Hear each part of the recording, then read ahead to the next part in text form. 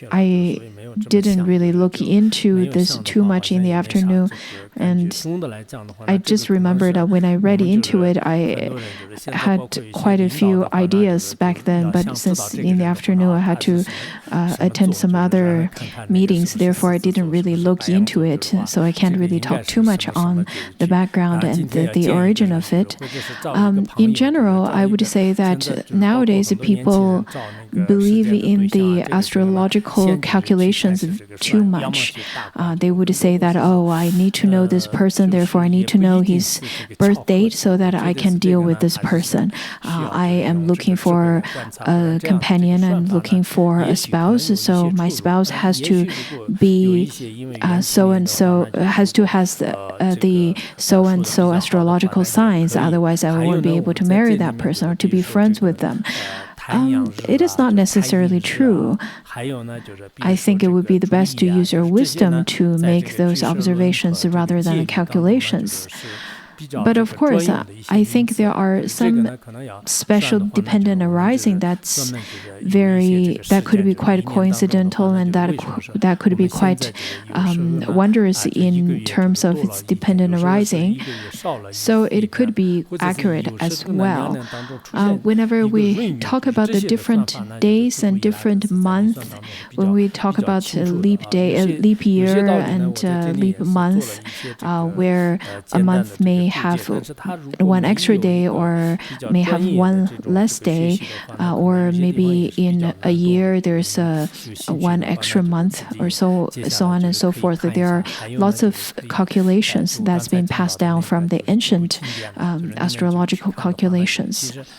If you have time, I think you can read into the commentary and cross-reference with other texts. Especially the ancient Indian texts, I think they have lots of those calculations, those astrological calculations available.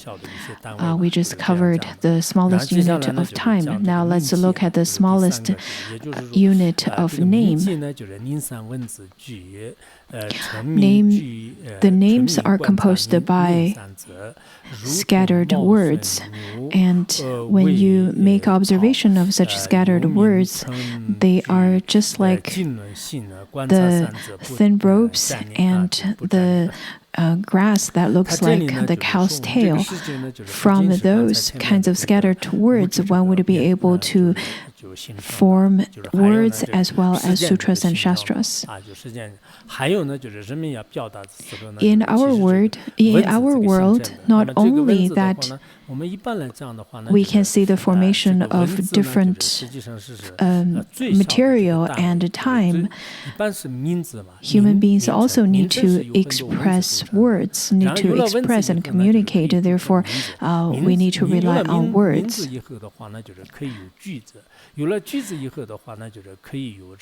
So words are the smallest unit. After we have words, we can have names, and we can have sentences, and we can have passages, we can have articles, and we can have volumes, and sutras, and shastras, and the various kinds of texts in this world.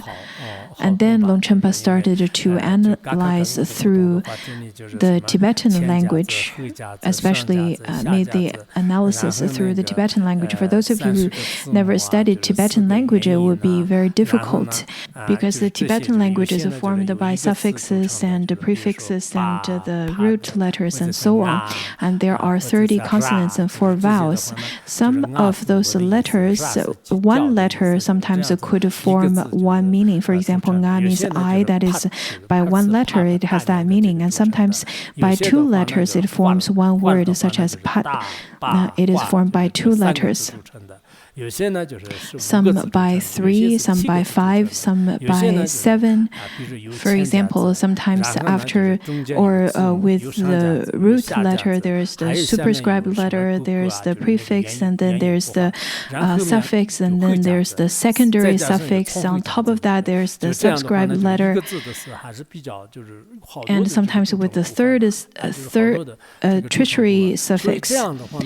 Therefore, one letter could be made of a variety of elements. Sometimes by using Nga, which is one letter, that could mean one thing. But sometimes many different letters and elements combined together could form one word.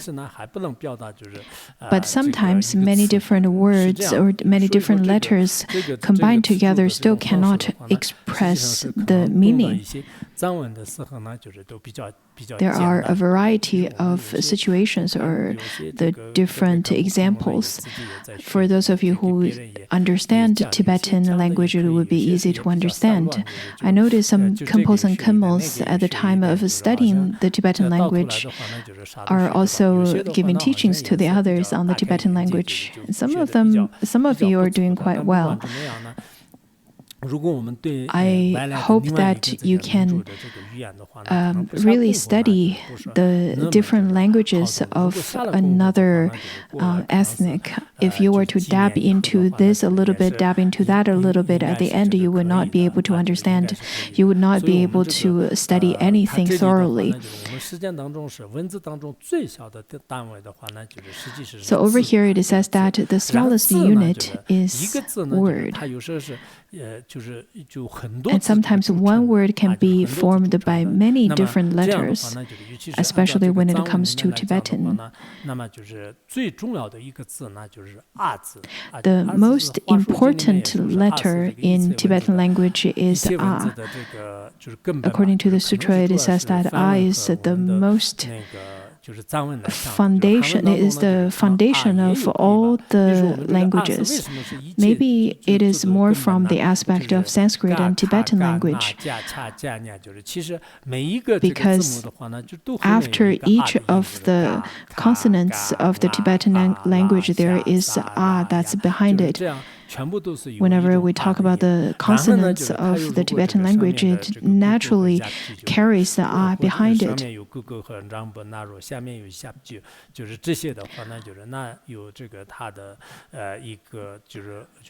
And then on top of those consonants, you can add the vowels, which could make your mouth and your pronunciation to be completely different.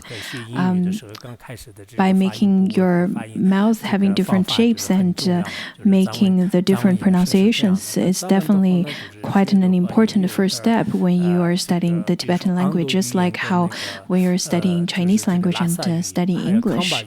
But Tibetan language is indeed difficult because there are different pronunciations, different dialects, such as Ando is different than Lhasa, than Khamba. But there are different pronunciations and dialects in other languages as well. For example, American English versus British English, or even in Chinese, the Cantonese versus Mandarin, they're very different as well. So when it comes to the language of any ethnics, I think there are going to be big differences everywhere. But whatever it is, if you were to study the Tibetan language, you need to study the very basics of Tibetan language. So you need to study the words, and then on top of that, you need to study the different property of words. For example, is it a noun? Is it an adjective? Is it adverb?